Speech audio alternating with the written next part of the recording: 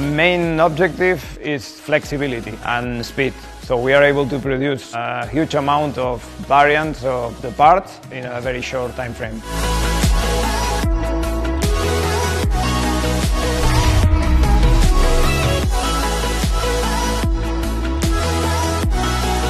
We came here with 3 different side mirrors, different intakes, and we are able to assess which one is the best compromise for the final spec.